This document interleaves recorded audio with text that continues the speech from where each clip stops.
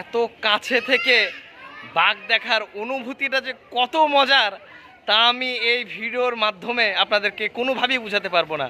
গন্ডারের খাঁচার সামনে সুবিশাল গন্ডার, আফ্রিকান একটা গন্ডার। প্রিয় বন্ধুরা, এখন আমি আছি মিরপুর জাতীয় চিড়িয়াখানাতে। মাত্র ঢুকলাম, ঘড়িতে বাজে আনুমানিক 3:30। মুখ চেহারার অবস্থা দেখে বুঝতে পারছেন যে সারাদিন কতটা জার্নি করেছি। আসলে এই চিড়িয়াখানার ভেতরটা যে এত সুন্দর তা আসলে আমি বাইরে থেকে কল্পনা করতে পারিনি। মনে হচ্ছে কোথায় একটা চলে এসেছি। প্রচুর গাছ আর সবুজের সমারোহ, চারি সাইডে পাখির চিচি আওয়াজ, এক কথায় অসাধারণ, সত্যিই চমৎকার। এখন আমি যাচ্ছি কি খাঁচার দিকে, সম্ভবত সিংহ আছে নাকি দেখতে হবে। আরও বিভিন্ন দূরে দূরে বড় বড় খাঁচা রাখা হয়েছে, সিংহ, বাঘ, আরও কি আছে, অনেক পশু। আসলে আমি চিন্তা করেই রেখেছিলাম যে আমি এরপর কখনো ঢাকা আসলে আমি একটা চান্স নেব আসার। তো যাই হোক, হয়ে গেছে। দারুণ একটা ফুটেজ পাওয়া গেছে এখান থেকে প্রিয় বন্ধুরা। একটা বাঘকে আস্ত একটা মাংসের টুকরা দলা দেওয়া হয়েছে, বিশাল বড় একটা গরুর মাংসের দলা। খুবই চমৎকার লাগছে, আসলে সত্যিই খুবই অসাধারণ একটা মুহূর্ত।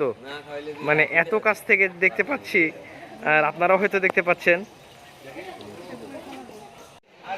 এই প্রাণীটা এত কাছে আছে আমার যে এই সামান্য কয়েক হাতের গ্যাপ, এই যে দেখতে পাচ্ছেন বন্ধুরা, সে মাংস ছিঁড়ে ছিঁড়ে খাচ্ছে, সামান্য কয়েক হাতের গ্যাপ। আমি সত্যি খুবই আনন্দিত, খুবই উচ্ছ্বাসিত এই বাঘটাকে এত কাছ থেকে দেখতে পেয়ে। আমার মনে হচ্ছে যে আমি এখানেই দাঁড়িয়ে থাকি। সামনাসামনি যে এত সুন্দর, আমি কল্পনাই করতে পারিনি যে রয়্যাল বেঙ্গল টাইগার সামনাসামনি এত সুন্দর। খুবই চমৎকার লাগছে, ডোরাকাটা দাগ, যা আসলেই খুব সুন্দর। জানি একই কথা বারবার বলা ভালো না, তবুও বলতেই হয়। এই চিড়িয়াখানাতে এসে প্রায় আধা ঘন্টা 40 মিনিট দাঁড়িয়ে থাকার পর পারফেক্ট একটা শট পেয়েছি। রয়্যাল বেঙ্গল টাইগারকে এত কাছ থেকে বিভিন্ন ধরনের পশু দেখতাম, যা আসলেই অতীত এবং ইতিহাস।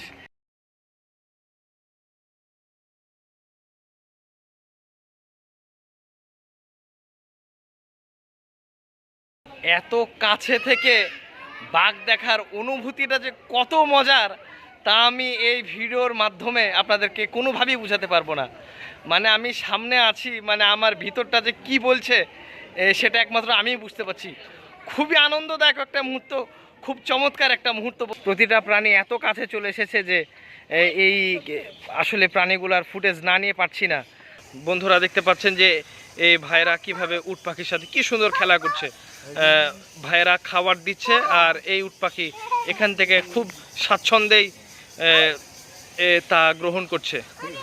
আসলে এটা খুবই চমৎকার একটি মুহূর্ত।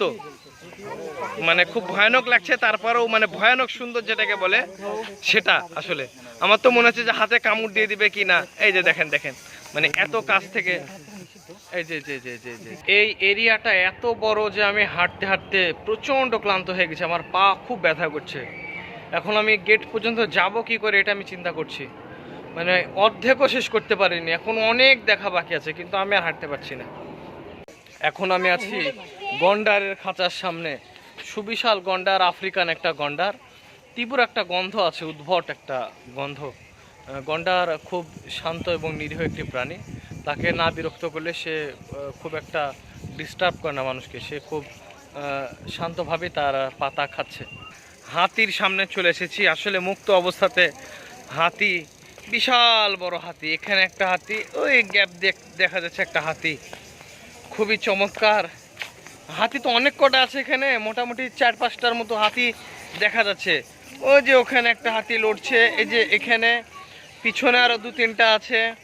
হাতিকে চেন দিয়ে বেঁধে রাখা হয়েছে, এই মোটা চেন দিয়ে হাতিকে বেঁধে রাখা হয়েছে। খুবই চমৎকার আর সুবিশাল তার দেহ নিয়ে সে দাঁড়িয়ে আছে। এই যে একটা বড় সড়ো হাতি, এই যে দেখতে পাচ্ছেন কিনা জানি না বন্ধুরা, খুবই অনেক বড় হাতি, অনেক বড়।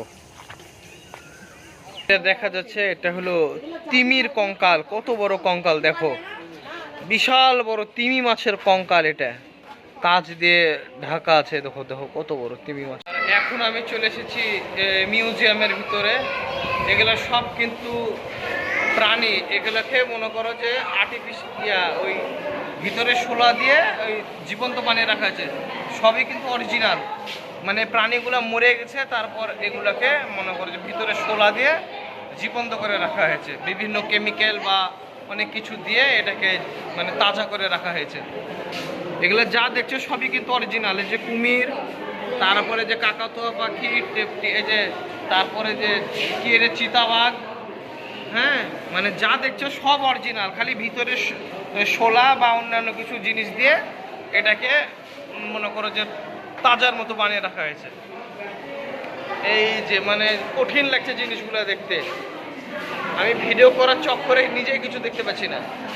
হ্যাঁ এর হচ্ছে ছাগল, হ্যাঁ কঠিন জিনিস, এর হচ্ছে বান্দর, মানে সব এগুলোকে কেমিক্যালের মাধ্যমে মানে জীবন্ত করে রাখা হয়েছে। অনেকগুলো পচে গেছে, ঠিকঠাকভাবে ইয়া করেন। যে কিং কোবরা সাপ, মানে মেলা কিছু গোটাই। যে কুমির, আস্ত একটা বড় কুমির, হ্যাঁ এটাকে কুমুর মানে সিস্টেম, খালি মাংসটা বাইর করে নিয়ে এই যে সাজে। বিভিন্ন রকম সাপ, হ্যাঁ যে কেমিক্যালের মধ্যে ডুবে রেখেছে। এই যে মনিরাজ সাপ, হ্যাঁ তারপরে দেখো ডারাস সাপ, এই যেগুলো সব সাপ। দেখি ভাই একটু দেখি, মানে কেমিক্যাল দিয়ে এগুলা সব সাজিয়ে রেখেছে। এই যে কুমিরের বাচ্চা, এই দেখো সিংহের বাচ্চা, তারপরে হরিণের বাচ্চা, এগুলো মনে করো দেখছো। শিম্প্যাঞ্জির বাচ্চা, এটা সব কেমিক্যাল দিয়ে মানে ওভাবেই ডুবে আছে। এই যে ভেড়ার বাচ্চা দেখো, মানে পচেনি কিন্তু। দেখো কাঁকড়া, এমন একটা কেমিক্যাল ব্যবহার করেছে যে এইগুলো পচার কোনো নামগন্ধ নাই। এই দেখো ভাল্লুকের বাচ্চা, হ্যাঁ মানে সব আছে। মায়া হরিণ, সিংহের বাচ্চা, প্রতিটা জিনিস এখানে মনে করো। দেখো বড় বাঘ মরে গেছিল, ওটাকে সিস্টেম করে এখানে লাগিয়ে রেখেছে। জিরাফ আমার প্রথম দেখা স্বচক্ষে, খুবই চমৎকার একটি প্রাণী, অনেক লম্বা, অনেক। সেটা এমনভাবে পড়েছে যে জিরাফটাকে ভালোভাবে দেখাও যাচ্ছে না, তবে অনেক সুন্দর লাগছে। বিশাল বড়, একবারে মানে জোয়ান তাজা একটা জিরাফ, বিশাল বড়। এই যে এখানে, এই যে এখানে আরেকটা দাঁড়িয়ে আছে। সানসেটটা এমনভাবে পড়েছে যে ঠিকভাবে দেখা যাচ্ছে না। আমার মুখ চেহারা দেখে বুঝতে পারছেন যে আমি কতটা টায়ার্ড হয়ে গেছি। সেই সকাল থেকে রানের উপরেই আছি। তো প্রিয় বন্ধুরা, আমি ভিডিওটি সমাপ্ত ঘটালাম। সকলে ভালো থাকবেন। আসসালামু আলাইকুম।